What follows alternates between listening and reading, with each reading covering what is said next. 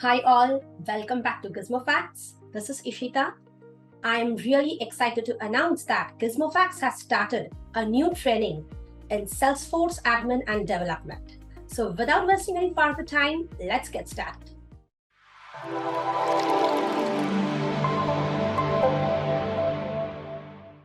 Hi all, welcome to the Gizmofacts. So this is Aishwarya, working as a Salesforce developer for 5 years of experience.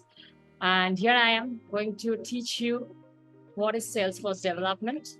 And before that, as this is the first session, let's start with the introduction of Salesforce. So without wasting time, let's start. Cloud computing. First, we will be talking about cloud computing. So cloud computing is nothing but it is using a remote server to store, manage and process our data rather than from a local. We will be storing it in a local server or a personal computer.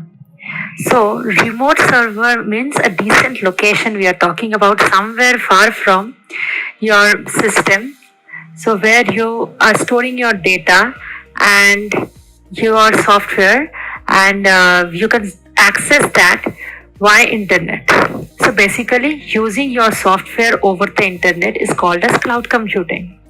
So now Salesforce, it is a cloud computing platform who provides software as a service and a platform as a service. Correct? So what is software as a service? Software as a service is if you are delivering a software or an application to your client or customer, then it is called as SaaS company. That is software as a service. Whereas what is PaaS? So PaaS, like after, if you are providing a platform where your client can build their own software, then it is called as platform as a service company. And Salesforce, so what is it? Salesforce is both SaaS and PaaS company. So they have various software, especially the one that are very popular called the Salesforce CRM. So this is the reason why Salesforce becomes so popular with this. There are other software such as like IoT Cloud, etc. Software, so Salesforce compared to platform are similar like Amazon. They provide hard metal resources. So they provide database and computing instances which they provide. Apart from this, there are other cloud models, right? Like infrastructure as a service and anything as a service and many more. But as we are talking about Salesforce only, so Salesforce is using the SaaS and the PaaS, that is software as a service and a platform as a service, as I told you. So we will be restricting this to platform only, this to service only, that is SaaS and PaaS, as we are going through with Salesforce. Now let's start with the benefits of cloud computing and Salesforce. There are various of benefits, and for the most popular benefits in all the domains are like Salesforce and the cloud computing are cheaper and they are scalable. It supports team collaboration and it is hassle free. So why it is like cheaper? So we are using the cloud of storing the data. So we are saving lots of resources, lots of space, and so we are all considering this to be cheaper. Then as scalable, so we are considered this much more scalable because like whenever if you want to set up, suddenly if you want to scale up your server, so you need, if for other infrastructure you need to, like if suppose there are two servers, you need to take a backup of that and then scale up, and it will be a bit more time. But suddenly for Salesforce, if there is any scale up occurs, so it can be done like in overnight. So that's why scalable. And collaboration, right? Like if some of the teams, suppose in a company there are some of the teams and working from remotely, not have to come to like always have to come to office to work, so they can do their work remotely, and they just need to connect to their server, that is the cloud computing, or you can say the Salesforce org, and they can start their work. So mainly this is helpful for the developers who are working and developing tools respect to their domains, and then collaborating that together to form a package, or you can say an application. Again, this hassle free. So you don't have to set up. So there is you just need to buy a software. If you want to upgrade it, you just need to buy a software and straight away avail that and purchase it. And bus, it's done. You don't have to just set up that in your server and then do it. So that's why Salesforce is cheaper, scalable, collaboration, and hassle free. Now, before I go any further, we have to always understand how Salesforce works. That is, what architecture Salesforce follows. So now in the next slide, we will be understanding the architecture of the Salesforce. In this slide, we can see there are two types of tenancy. One is single tenancy, one is multiple tenancy. So what is single tenancy? Single tenancy means there will be one property that will be occupied by only one family. And in the multiple tenancy, we can see there are multiple families that can be occupied by the one property. So there are two architectures. So here Salesforce follow multiple tenants architecture. So we will be going to this in detail in the next slide. So now in multi-tenant architecture, suppose think about an apartment. In an apartment, there are shared services like water, electricity, heating. So each tenant in the building gets access to the same amount of each of this, and they don't have to worry about the underlying pipes and management. This is nice and scalable, and almost all the apartment follows a standard layout, and if anything goes wrong, the landlord deals with it. Correct. So for a house, suppose you owned a house. So for a house, what will happen? You have to access a greater amount. You will be getting an access of a greater amount of controls of how much heat you want and who supplies everything, and some of the core features of the property. But if something goes wrong, you also have to pay to fix it all. So you are in control of everything, including security and management. Now for a house, okay, fine, this is simple and manageable, right? But for a larger scale like IT infrastructure, this is actually not easy. With our apartment, if you need more space, you can simply just renting a bigger apartment. And so there how you can tell the landlord also to just upgrade your internet connectivity to get faster internet like this.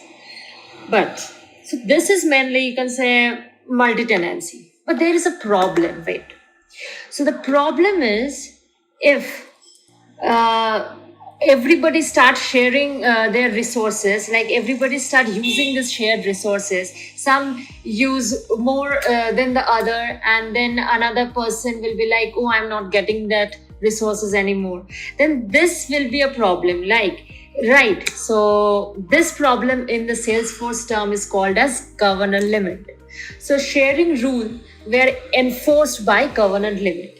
So what happens, like all the resources will be divided equally to all the client, and there will be a restriction to each and every resources, so that what happens, an organization does not get slow because of the other one, right? Okay.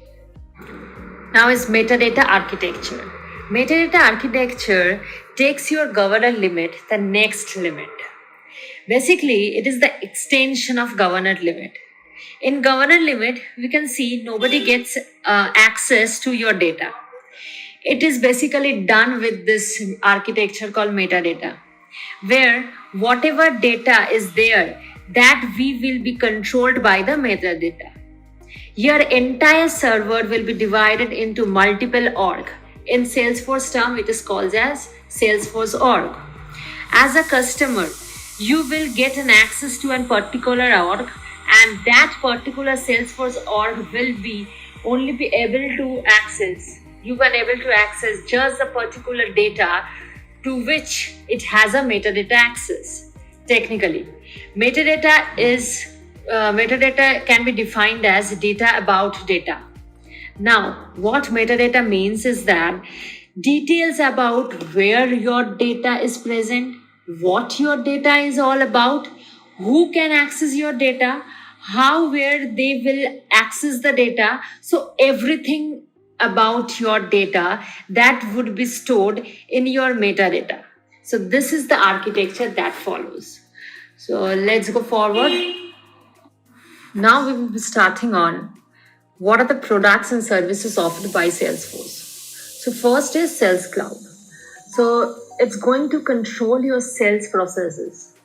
So in your company, suppose if you have a team or a sales representative, so you need a platform to share the data, right? So that's the thing. This is the platform that is used to do the purpose. So basically your sales processes will be refined with the help of your Salesforce Cloud. Next, let's talk about Marketing Cloud. So first we have talked about sales.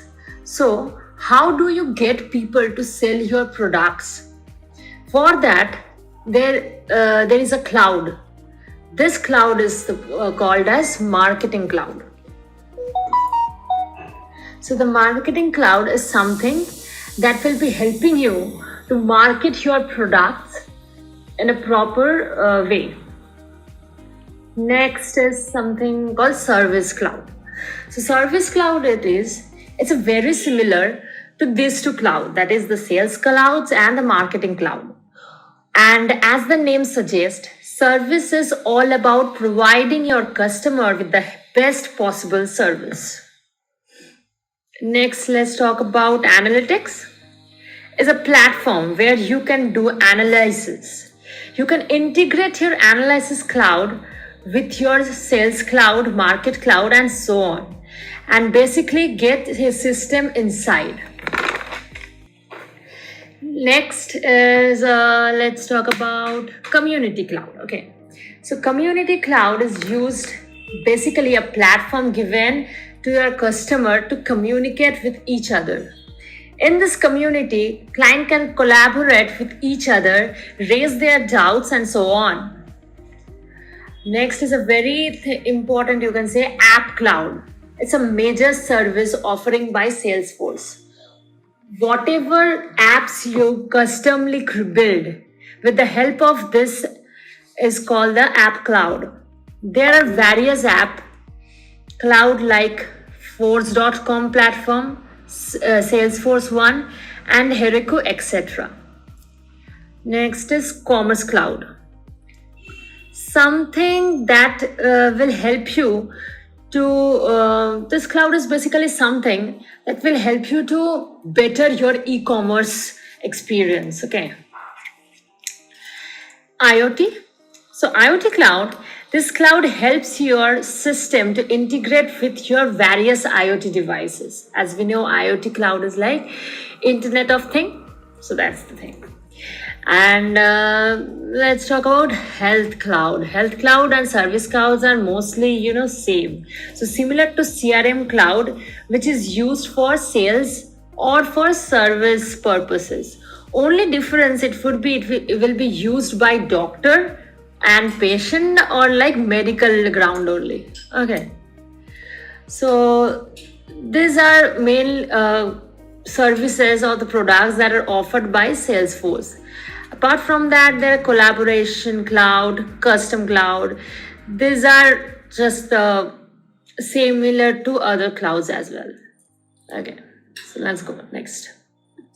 Now going forward with this session, so if you have any doubts, please let me know. There will be a live session, so you can jot down all your these doubts and let me know if you have any. So now what is it? Like Salesforce CRM today. So in today's market, Salesforce is probably used by most of the companies. Most means most of the top companies. I would say like Google, Facebook, then people, then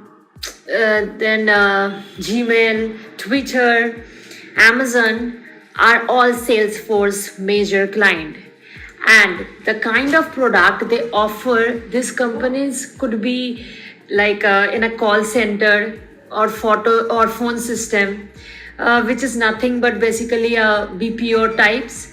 And we have a financial system like a fund system, so there is there is like no fraud can be take place. So for that there are like special applications were built, and all these applications are built by some of them are from the Salesforce apps only. And another you can say like HR system. HR system is one of the important system as well, where HR has to maintain your employee records. For that it might need a platform. So these are like these are the Salesforce offerings for now. We will be continuing our lesson in the next session. Till then, bye.